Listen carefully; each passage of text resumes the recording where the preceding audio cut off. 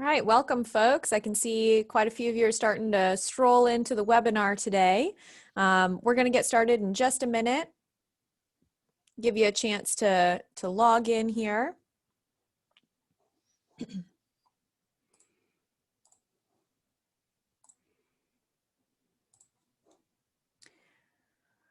As we go throughout the presentation today, it will be recorded and it will be available on our YouTube channel following completion today, probably in the next week or so. If you have any questions during the presentation, go ahead and type them into the Q&A box and we will get to them at the end of the presentation. Again, welcome everyone.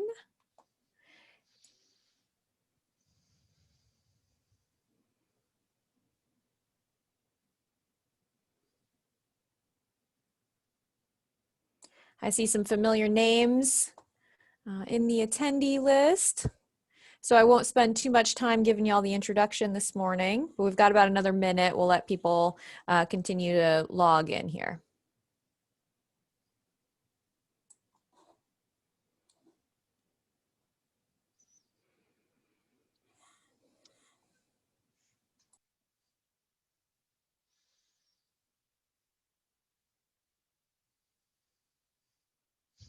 Gene.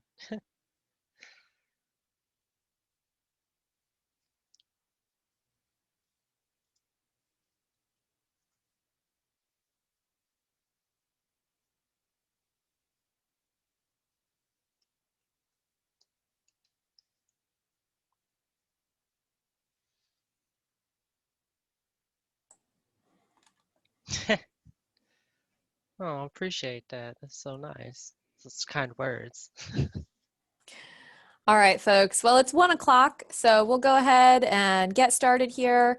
If you're joining us a little bit late, we'll go ahead and have this recording available for you after the fact on our YouTube channel. My name is Alyssa Vinson. I'm the residential horticulture agent here at the Manatee County Extension Office. And I just want to take a quick opportunity to talk to you very briefly at the beginning of our program about who we are as Extension if you're not familiar with us. We are a function of the University of Florida, which is a land grant university. And our mission within UF-IFAS is to enhance the quality of life for people in our community. And we do this through really taking the information that is gleaned through research at the University of Florida, as well as other educational institutions throughout the world, and distilling it and making it relevant and applicable for your everyday lives. And so we are here to serve our community members, and we do that in a variety of different ways. As I said, I'm in the residential horticulture program. I manage Florida-friendly landscaping, the Master Gardener Volunteer Program. We have a Master Naturalist program that I manage, and then we have other associated programs related to landscapes and landscape ecology. We have commercial horticulture that deals with our landscape industry. So those are folks that are professionals in the landscape industry. We have a commercial fisheries and marine resources agent. We have a livestock agent. We have folks who focus specifically on food and nutrition. We have folks that are working diligently with youth throughout the community through our 4-H program, as well as throughout all of our programs. And so I like to start just by highlighting some of our impacts to Manatee County. These are our 2019 impacts. You can see we had over $1.4 million of value to CEUs for pesticide license holders in Manatee County, over $860,000 of value in volunteer time. And that really is thanks in great part to our Master Gardener volunteers who donate over 10,000 hours of time annually here in Manatee County. We had over 28,000 youth educated through 4-H programs, as well as 14 millions of gallons of water saved to Manatee County Utilities customers. And that's through various water conservation programs that we have in the office. And so I do like to just show you that we are here. We are ready to help, and please reach out to us when you have issues in your home landscape or in any other area of your life, because we really do touch on all areas. Today, you're going to hear from Mac Lessig, who is our community gardens coordinator here at the Manatee County Extension Office. He also happens to be a Master Gardener volunteer, so he's participating in this program as part of that volunteer program. And so we're happy to have Mac talk to us today. Mac, I'll let you go ahead and share your screen and get started. All right. So y'all will have to pardon me while we change some things over. All right. Are we good? Can y'all see the slide okay? Looks great. All right, cool. So like Alyssa said, my name is Mac Lessig. I'm the Community Gardens Program Assistant for Manatee County. I also help with school gardens as well. My program is designed to provide development and support services to those community and school gardens through education and support, grant writing, tutorials, horticultural skills, all that fun stuff that we take for granted as far as gardeners go. I help to supply those to people who are learning or want to build a more communal type garden. So today we're here learning about garden maintenance. Last week y'all learned about planting your garden, if I'm correct. So today we're going to be learning about caring for that garden. We do have some objectives. So if you've ever taken any of my workshops or in-person classes pre-COVID, I used to test a lot.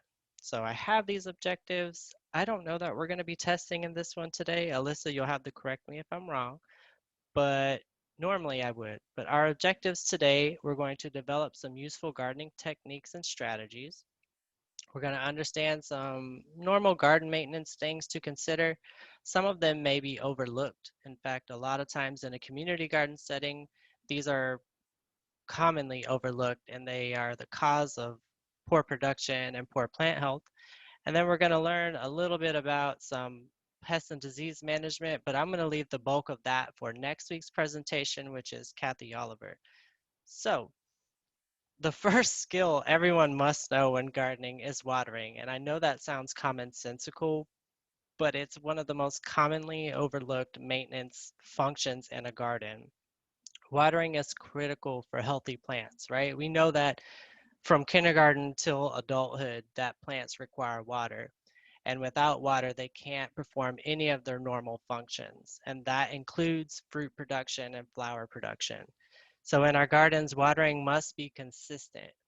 Okay, I have to stress that it's consistent. If you can create a schedule, that will save you a lot of trouble as far as keeping your plants nice and healthy.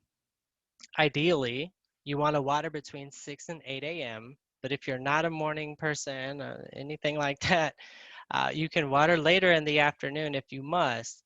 However, the later in the day that you water, the longer that that water will sit on those leaves and on those fruits, and the more opportunities are given for diseases and pests to show up. So watering in the morning allows for those water droplets and puddles to evaporate and the plant to dry off before the nighttime, when that water would just sit and create that ideal environment for fungal and bacterial pathogens. There are different strategies for watering your garden. My personal favorite approach is hand watering, and I know that's not practical for everyone.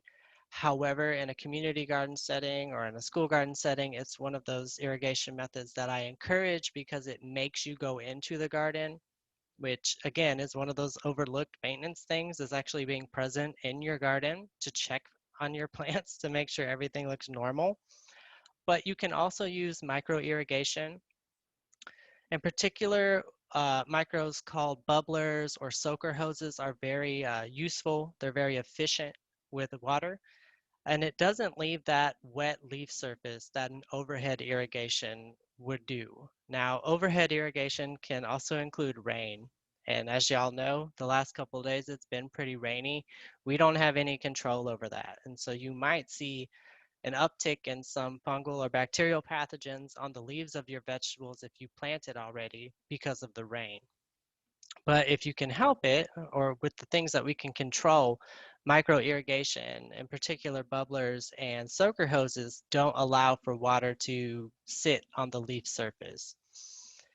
During the growing season, your garden should receive about an inch of water a week. An easy way to measure that, if you like, is to take an old tuna can and if you have an irrigation system, you can run it and see if those tuna cans fill up, and then you can measure the amount of water that was delivered during that irrigation session. Throughout the week, if it adds up to an inch, you're watering sufficiently for your vegetable garden. If you're hand watering, it's a little trickier.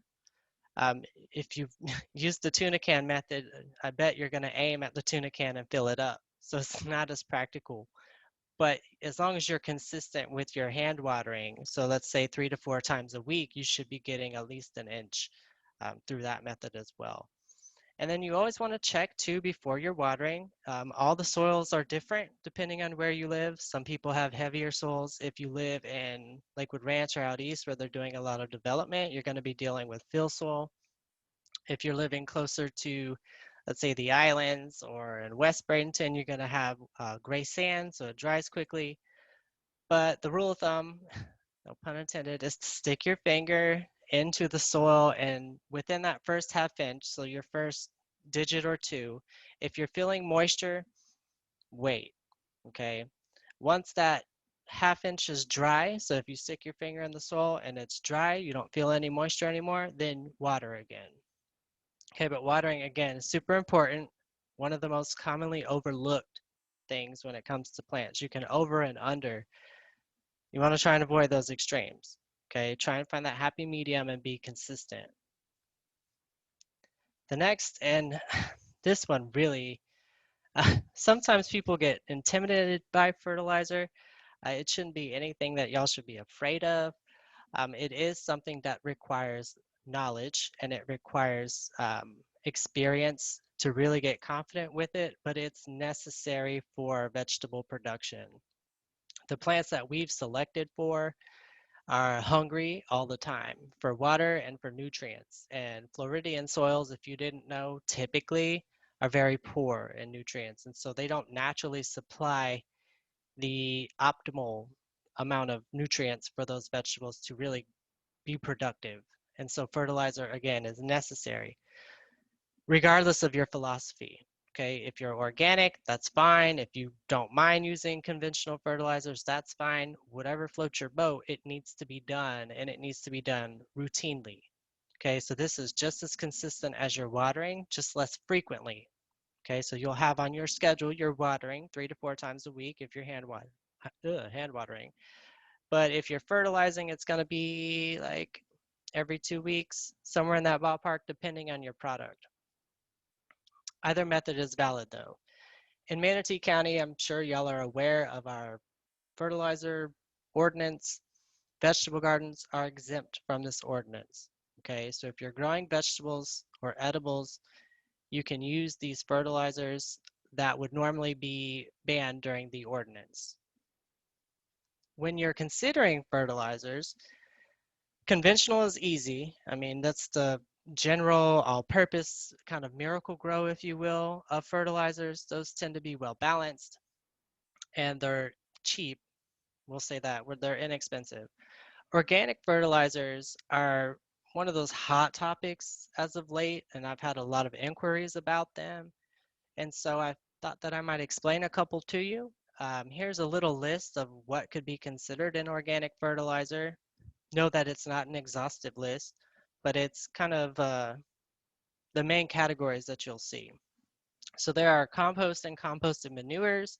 These could be used as kind of like your general soil additive and really low intensity fertilizer. You can use blood meal, which is a high nitrogen, really good for leafy crops. You can use bone meal that has a high phosphorus and calcium, good for root crops. You can use seaweed and fish fertilizers, crab and shrimp, alfalfa meal. Those are all really interesting mixes, sustainable alternatives that you can use as fertilizers. And then, of course, there are organic mixes, so just normal blends. And there are 3 brands that you're likely to encounter. I'm not endorsing them. They're just when you go to the store, you'll see them. You're going to see Espoma, Job's, Dr. Earth. There's Miracle Grow organics now. Those would be considered those organic mixes. They're going to have this list all in one product. Okay, and so they're well balanced. One thing to consider though when you're using these fertilizers, again, because they're so crucial to our plant growth, is you'll look at this label on the back and you'll be like, what the heck? What is all this stuff? Okay, you will see terms like water soluble or water insoluble nitrogen, and those have different impacts on the plants. So water soluble fertilizers are ones that can be dissolved into water, into a solution, and they are considered quick. So they provide quote unquote immediate nutrition. Okay, so if your plants are suffering, let's say from a nitrogen deficiency, and you want a quick improvement, you want to help it out, you would use a quick release or a water soluble nitrogen source. Okay, water insoluble fertilizers do not dissolve into solution. Okay, so they are considered slow release because they take time to break down, either through an artificial shell like an osmocote or through microbial activity. Those things require time to be released, and those are good for like a longer season feed. So if you want to feed them continuously throughout the season, using water insoluble fertilizers is a way to do that. Now looking at this label, and I don't want to go into too much detail about fertilizer labels because that could be its own course, but you can see that there's three kinds of nitrogen here.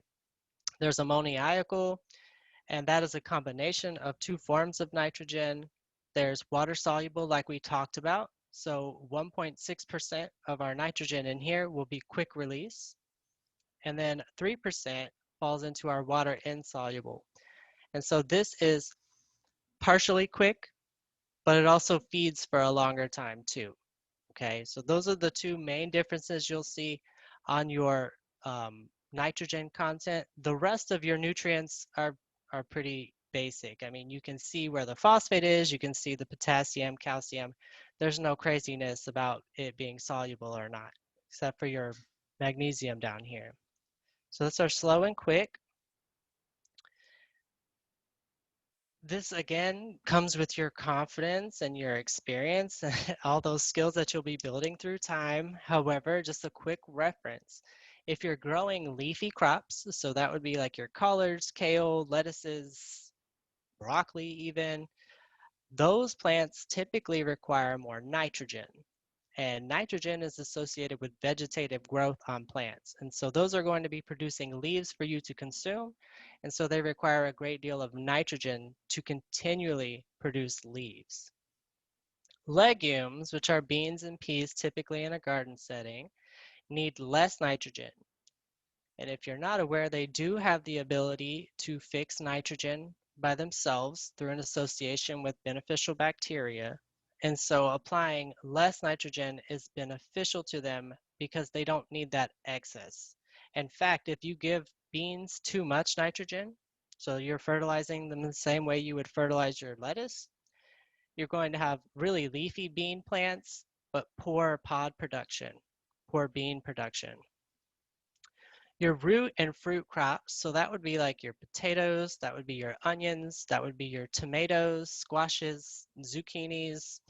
They all benefit from more potassium in their fertilizer, okay? In particular, when they're setting flowers or fruits. So in their initial growth stages as seedlings, you can use a high nitrogen fertilizer to boost their vegetative growth. Once they start to reach maturity, once they begin flowering, then you switch a fertilizer to something that contains more potassium and phosphorus too, and calcium. Those will give you better quality fruits. A little bit about nutrient deficiencies. And so as homeowners and residential gardeners, and a lot of y'all might be novice gardeners, nutritional deficiencies can be challenging, even for professionals. There are some very basic ones that can be diagnosed, but there are others that you are not expected to know. Even when you bring them into extension, it may take us sending that sample off to determine that particular deficiency if it's something that would be unusual. But for your main nutrient deficiencies, so for those major nutrients like nitrogen, phosphorus, and potassium, there are some really diagnostic symptoms for a homeowner or a community gardener that may help you in determining the right type of fertilizer to use or the right course of action when it comes to that. So with nitrogen, you're typically seeing a general yellowing of the plant initially. So instead of that nice deep green, you're starting to get this weird lime green color. And it'll start with some of the older leaves, but as that deficiency gets worse or becomes more severe, the entire plant will have some weird yellow hue to it. Okay, that would be a nitrogen. Phosphorus is typically associated with a red or purple color on the leaves, and you will see this a lot with tomatoes. So if you're growing tomatoes this season and there hasn't been any frost yet, because that can also cause it, but if there's no frost and you're just normally growing and you're not fertilizing, you'll start to see this kind of purplish red tinge to the leaves, and that's signaling to you that those plants are hungry for phosphorus. Just a side note, tomatoes are beasts, okay, y'all? They love to eat. They like a lot of nutrition, highly fertile soils, and so this is one of the more common ones you'll see, nitrogen and phosphorus. Magnesium tends to be associated with some yellowing as well because it's the major component of chlorophyll, so the part that makes the leaves green and produces photosynthesis. So if you're having a magnesium deficiency, you'll start to see some green venation with yellowing. That can be cured through Epsom salts, okay, used in moderation. That's just a magnesium sulfate dissociates in water, and then you can fix that. And then lastly, for our major deficiencies is potassium, and a lot of times you see that with leaf scorch on the edges. So you start to see these brown or necrotic or dead leaf edges or margins. A lot of times that's associated with potassium. These are less common, so I'm not going to go through all of these with you, okay? Iron probably would be one of those ones you might encounter, and calcium too. Calcium is very important. In fact, it's a secondary nutrient, so it's not even really considered a micro. It's really important for the development of the plant, for their immune system, for their health, and their structure, and for the quality of your fruits. And so if you can help it, having a fertilizer that incorporates a calcium component is very beneficial to vegetable production. Iron, you'll see sometimes as well, and that's typically in high pH soils. And so if you're growing, let's say on the island, or you've had your soil tested and it's a high pH, it's alkaline, you'll start to see some iron deficiency, and that has something called interveinal chlorosis, which is really distinct green veins, and then you'll see some yellowing as well. But when in doubt, bring it to us and we'll walk you through all of these things here. If it's something that we can't help you with in the office, we will recommend that you send that sample off for testing.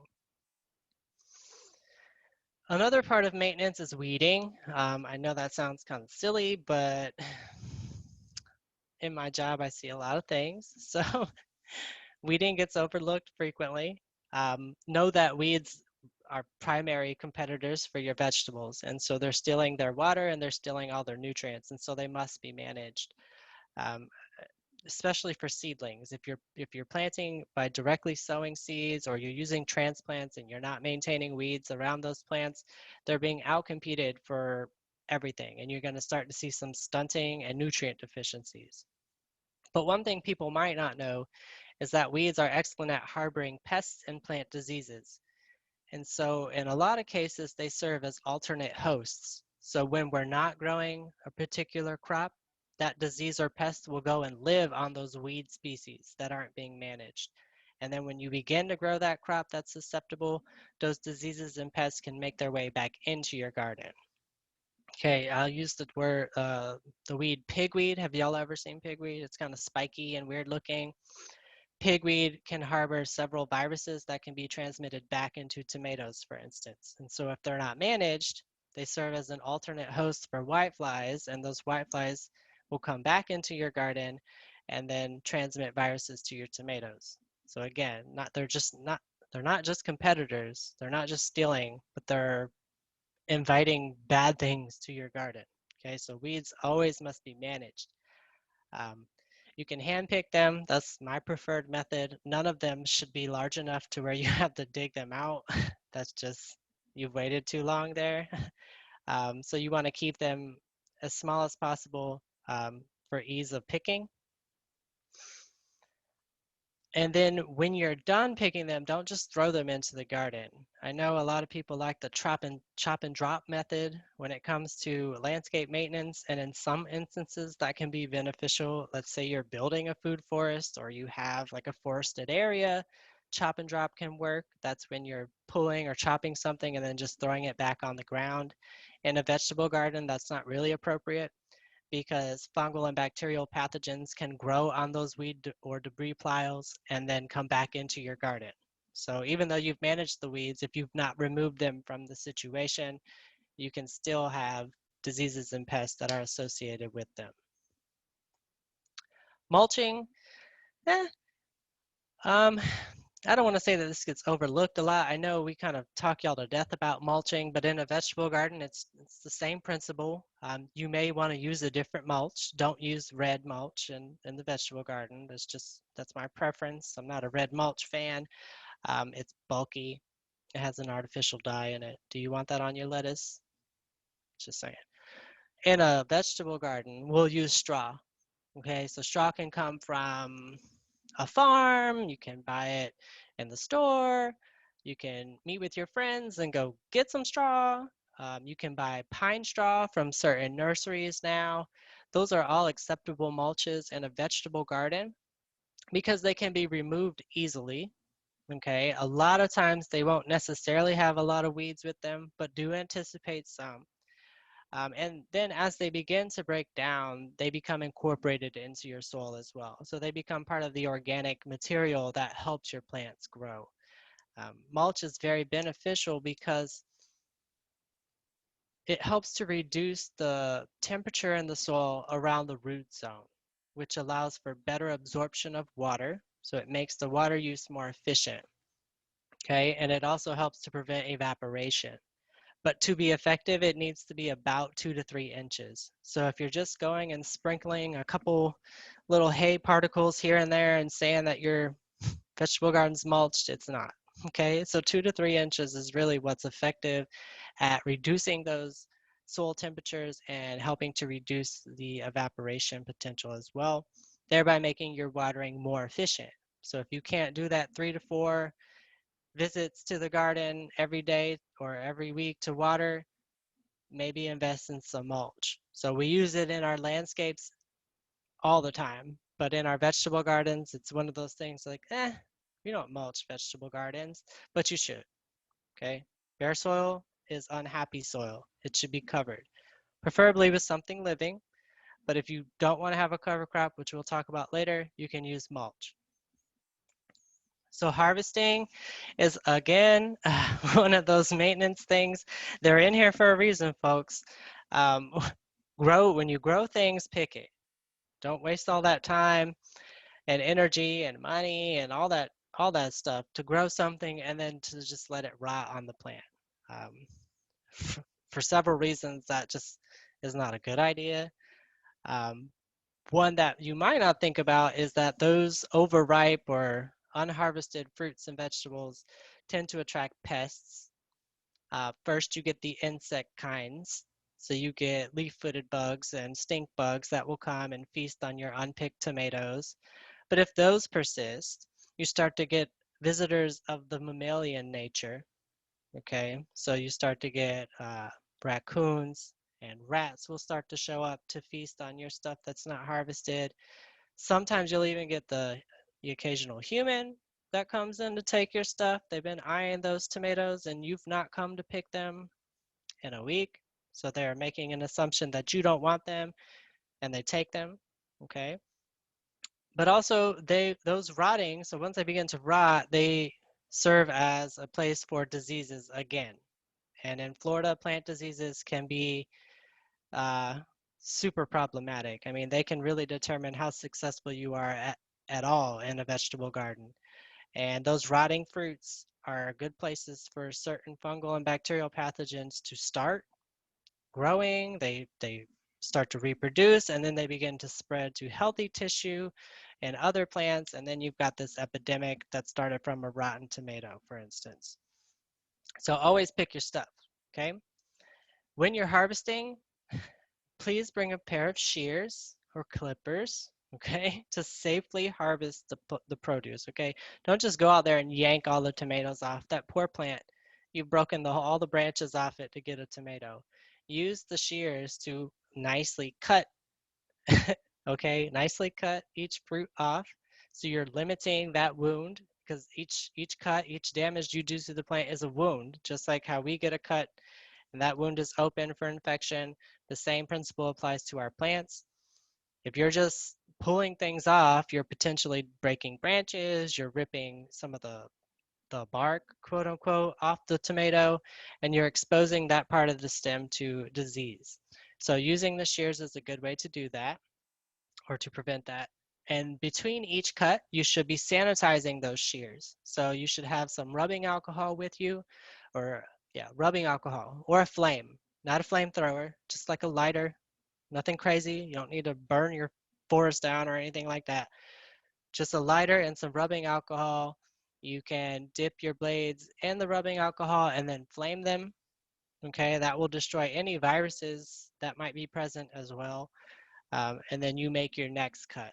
Okay, it's particularly important when you're doing that between two individual plants. Okay, so sanitation is key.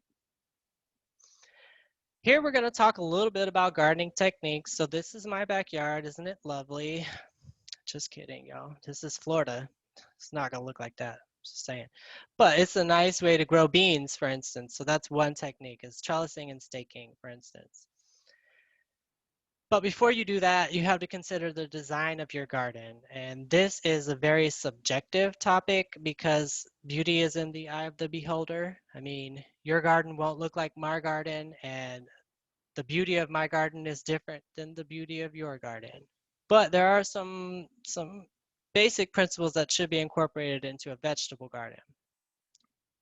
Ideally, your garden rows or plots should be oriented north to south. Okay, so that helps them get the most amount of sun possible. It helps to reduce the impacts of shading. So if you can imagine, the sun rises in the east and moves across the sky in a southerly fashion. Okay, it's always kind of over there. If you're planting your tall plants, for instance, on the southern side of your garden, as the sun crosses the sky, it's going to cast a shadow on any short plants that are behind those tall guys. Okay, to remedy that, always plant your tallest plants. Okay, in a vegetable garden, that's like sunflowers and tomatoes, peppers, eggplants, like tall things. Corn, don't get me started on corn in Florida, but corn would be a good example of a tall plant. Those go on your northern side. Okay, so there's no potential for them to shade any of the short crops on the southern side. Again, this isn't an ideal situation. Sometimes you can't help it and you have to go east to west. And in east to west, it's less important, but you should still try and group your tall plants with each other and your short plants away from them. Always to reduce shading, because shading reduces production potential, and that means you get less radishes, for instance. Intercropping is another technique you might consider as well. So this is a nice way to be very efficient with your land, especially if you have a very small garden or plot that you're growing in. It's the practice of growing several species within the same space. And there's two kinds. There's mixed intercropping, which is literally in the same row. So we'll use one row as an example. You have corn, beans, and squash and tomatoes all in one row. Okay, that's mixed intercropping. There's also row intercropping, which is like this picture. So if you look at this picture, you can see that there's corn, there looks like there's some beans, likely soybeans, and then there looks like there's some peas. Okay, so we have 1, 2, 3, and then corn again. So they're all planted in the same space, but they're not in the same row. Okay, both methods are valid, and both methods are really dependent on how much space you have. So if you have a premium on space, very limited capacity, mixed intercropping is appropriate because you can plant all of those plants in the same row. Again, keeping in mind that tall guys should go away from the short ones, okay? But if you have a more expansive space or a larger garden, you can use mixed intercropping, and that makes your land use more efficient. So you're getting more bang for your buck. You're harvesting more food from that square footage than you would have if you just planted it with just corn, for instance. They can be used, and there is some research for it, but I'm not going to say that it's been proven yet, but there is some research that's suggesting that these strategies can help to reduce some pest pressure because of the mixed environment. So instead of a monoculture of plants, there's a polyculture or many plants growing together, and they are either masking potential hosts or they are antagonizing some of the insects. There's different research on that right now, but it could be used to help manage some pest pressure. So that's intercropping. Succession planting is very useful. However, it's very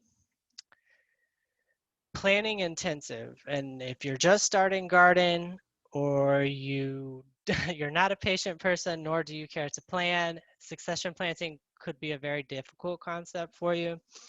Um, what what it is in a nutshell is planting every week or 2 weeks.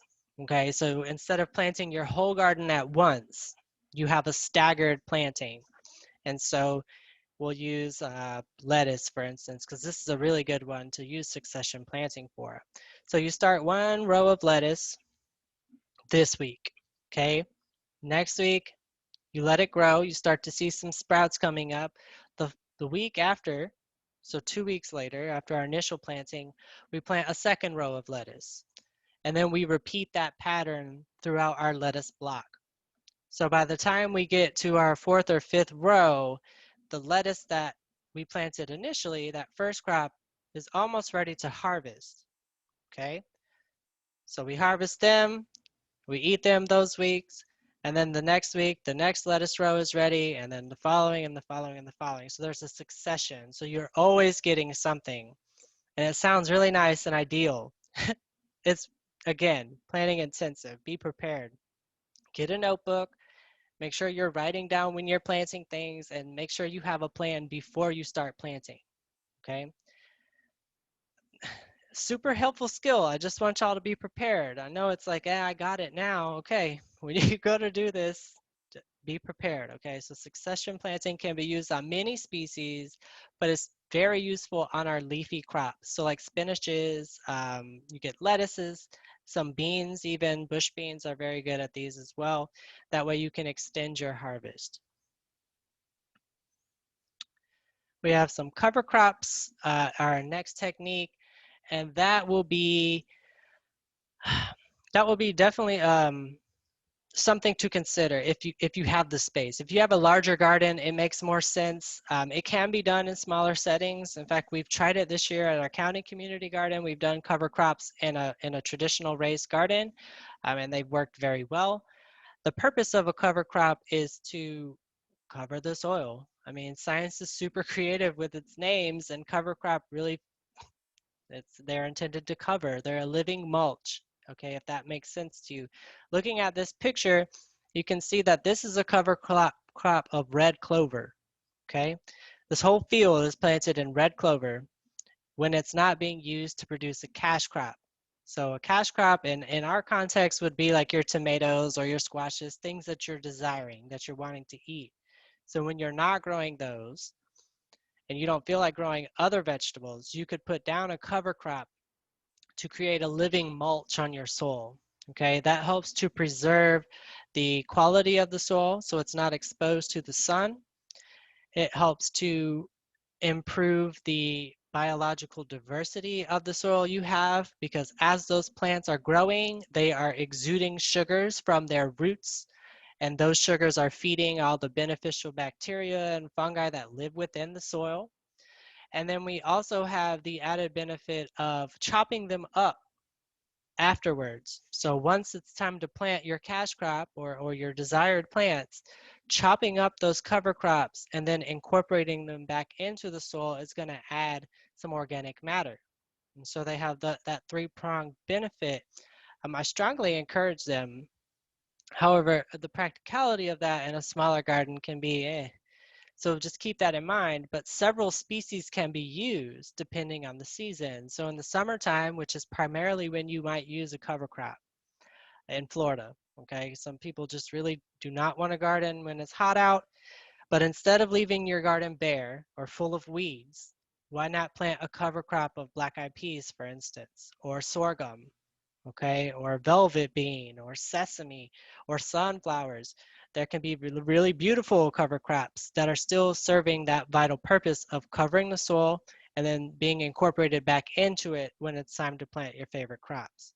If you want to do one in the wintertime, you can use like ryegrass. There's, goodness, annual rye, there's wheat rye, there's triticale, there's uh, oh gosh, that one's forgetting me. Buckwheat. You can use buckwheat too, so, and that one's edible. So those can be grown in the cool season. But cover crops, again, should be part of your maintenance in your garden if you can do it, if you can manage it.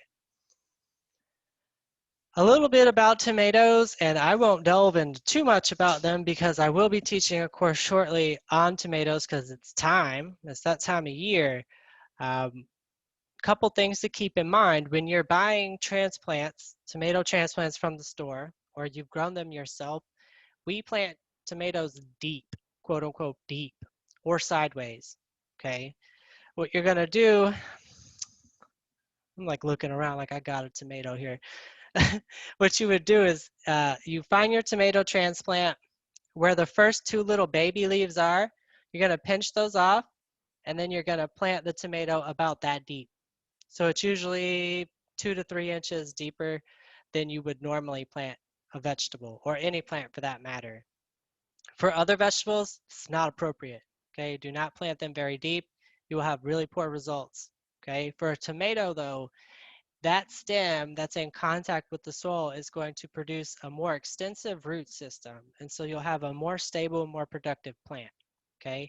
If you don't want to plant them deeply, you can create a little trench, lay them on their side, and do the same thing. Cover that stem. It'll do the same thing. Okay, so sideways or deep, that's how we plant tomato seedlings. Okay. Doesn't matter what type of variety you have, be it indeterminate or determinate or non-determinate, whatever, they must be staked. I mean, that's just one of the best practices you can do for tomatoes. Yes, they can grow without them. However, they are more productive, they're more secure when they are staked. In particular, those varieties that are determined to be crazy, like your cherries. Okay, they're indeterminate varieties. They just keep growing and growing and growing. They need to be staked to keep them off of the ground and to keep them at their most productive. Again, in these vegetable gardens, you're going for production. I'm using that term a lot, but that's your goal. You want to eat this stuff, right? In your mind, you're planting this garden not just to go outside and have some stress relief, but also to kind of supplement your diet a little bit. And so you want these plants to be productive. One thing that can be a little contentious about tomatoes is the pruning of suckers. That really comes down to the grower. Um, that's your preference. If you really feel like going out there and pruning suckers, it can be advantageous for indeterminate varieties like cherry tomatoes because it helps to improve their structure and their ease of care. So it makes them less unruly, if you will. On a determinate variety, which are the ones that kind of stay short and squat, pruning suckers is really unnecessary because you want as many branches on those ones as possible for fruit set. Now, pruning the suckers can also improve the quality of those fruits though. So if you are taking them off, you're likely to have bigger, more flavorful tomatoes, but not necessarily more. Okay, so really it goes down to your preference as a gardener. And if you only have like 1 or 2 cherry tomatoes, pruning suckers is probably something you could manage. If you have a whole block in your garden, maybe not. And so we're going to summarize, and then I have a couple minutes, I think, for questions. So gardens thrive on consistency, as do all things in life. I mean, if you're consistent with it, you stick with it, you have a schedule with it. I mean, those are some of the major keys to success here. Watering consistently. If you're hand watering, that's 3 to 4 times a week. If you're using an irrigation system, that's getting at least an inch a week during the growing season for your vegetables. Fertilizing consistently, be it organic or conventional, it doesn't matter. You just want to read that label on the back of that fertilizer product that you've purchased. That's going to give you the application instructions and frequency. And then of course, scouting, which is looking at pests. And we'll leave that for Kathy to cover next week. That's just going to be part of your normal garden maintenance, is just going through, looking, and making sure that there are no pests. You want to keep your vegetable garden clean and free of weeds, and I talked about why. Because they have the potential to harbor diseases and pests, okay, when they're alive and when they're dead. So they need to be removed and then disposed of. And then there are some techniques that will help improve your gardening experience, like succession planting. It makes you more productive. However, it requires more time and planning. Intercropping is also one of those strategies which will help you in being more efficient in your gardens. But otherwise, that's all I have for y'all today on garden maintenance. I don't know how y'all want to do these question things, but we'll open the floor if anyone has any. I'm going to go ahead and go back to the main slide. Thank you, If you Mac. have any questions, please enter them in the Q&A. And we do have a few questions there already, Mac. Okay, let's see. Do all cover crops mentioned grow in Florida? Yes, in this slide and the ones that I talked about, yes. Now it depends on their season. So in the summertime, the black eyed peas would be appropriate. Sun hemp is a new one that would be appropriate. It's not the same as hemp. It's a different plant. You can use sorghum, which doubles up as a grain in the summertime. You can use some obscure ones like velvet bean. Those are very good for hot, humid, wet times of the year. In the cooler times, you're going to focus more on the grasses. And so you could do those different types of rye or barley grasses. You could do buckwheat. You could do Austrian winter pea is another one you can throw down as long as it's cool. Once it starts to heat back up, those plants will perish, but that's their purpose really, is to be incorporated into it. Next question is about incorporating biochar into the garden. That is something that I would have to do more research on. Unfortunately, I don't have a lot of experience using biochar in the garden. I have heard good things about it. One thing that I know you should watch out for is if you're using fertilizers that have a salty component or have high salts. Most of your conventional ones will. Those salts tend to be attracted to those biochar clumps. So yeah, I'd have to do a little more research to really to answer that one accurately, though. I'm sorry about that. Next question is, treat early blight on tomatoes and prevent it. So treating, we'll start first with resistance. Okay, so when you're planting tomatoes, if you've experienced and you know for a fact you've been dealing with early blight in your area, finding a variety of tomatoes that is resistant to early blight is step one. Now, know that resistance does not imply immunity. Okay, so they will still, if it's present and there's been no management around it in the past, it will likely show up on these plants as well. However, with their resistance, they will be able to provide fruits to you, and so they can tolerate the pressure for a while. Past varietal selection, early applications of copper fungicide, if you scout it early enough, can be useful in helping to manage it. But we'll emphasize the word manage. There will be no control. It's just if the conditions are favorable for it and you don't have resistance to it, you lose the crop or it's severely damaged. If you have resistance to it, you've scouted it early and you've treated with copper fungicides, your chances are better for a harvest. Know that it's always a race of time though. So if you could find an early maturing, early blight resistant tomato, your chances are much better in that race, because that's what it is you want to try and beat the disease progression. The longer those tomato fruits sit on the plant, the longer that plant has to be in that situation and the more likely it is to become infected.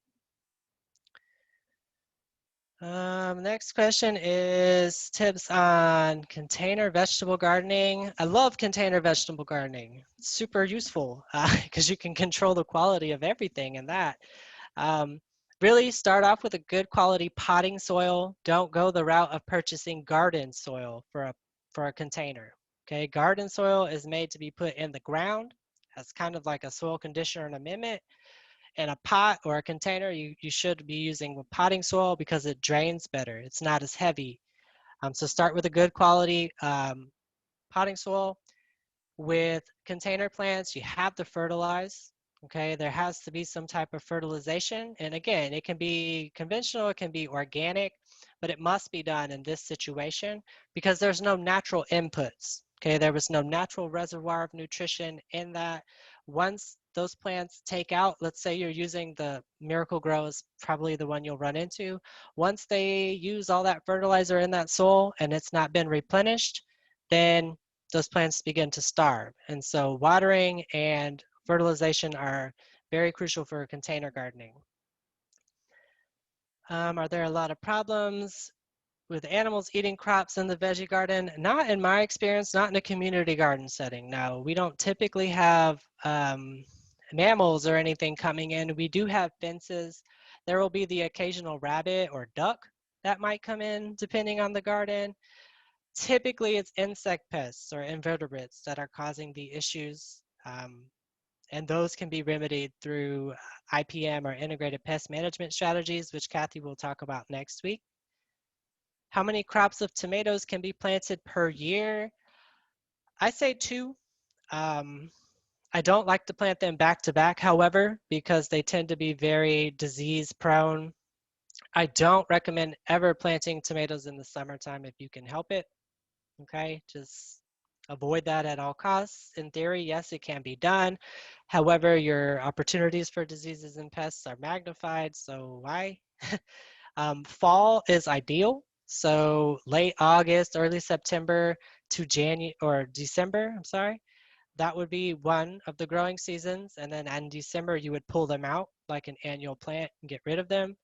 Or you could plant in January or February, depending on how cold it is where you are, and plant those and grow them until late April, early May, depending on the year, and then remove them before summer comes.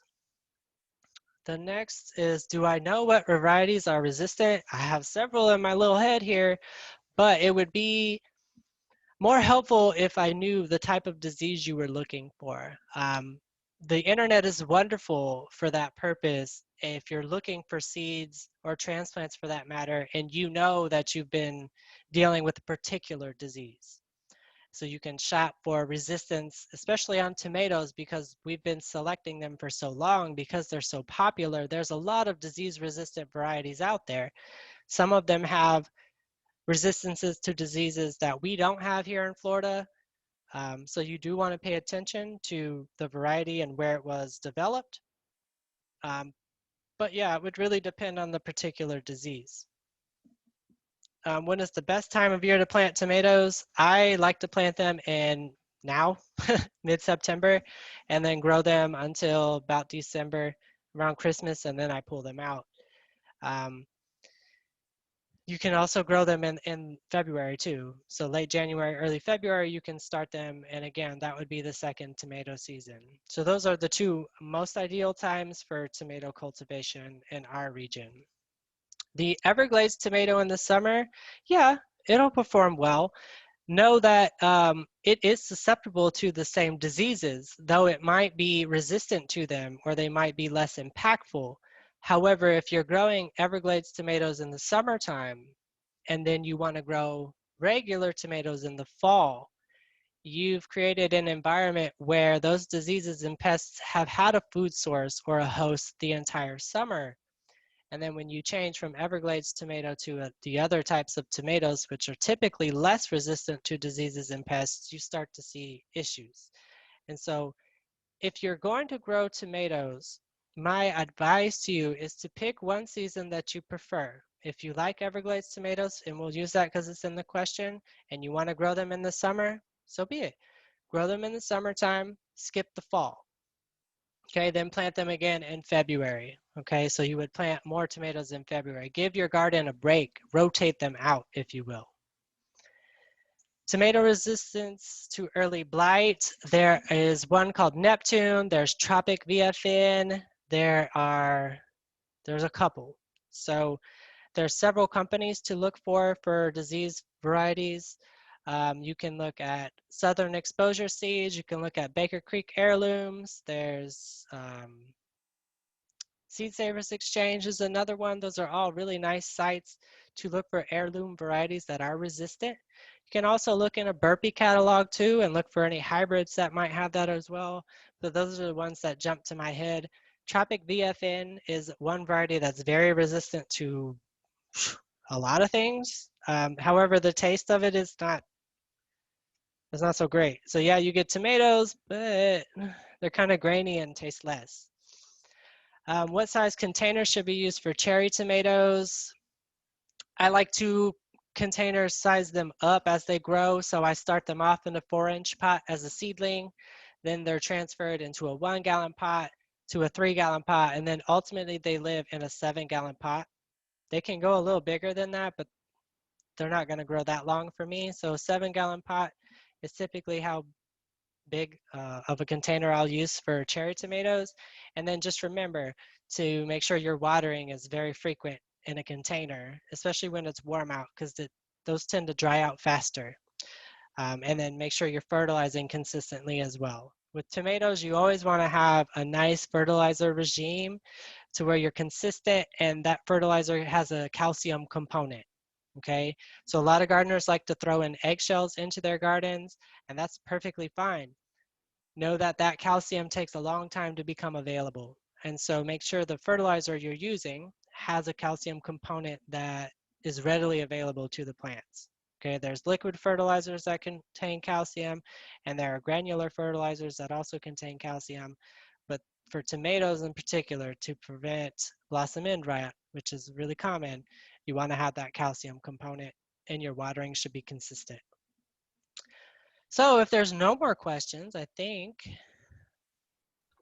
we're good. We're right on the money as far as time goes. Thank you very much, Mac. That was great information.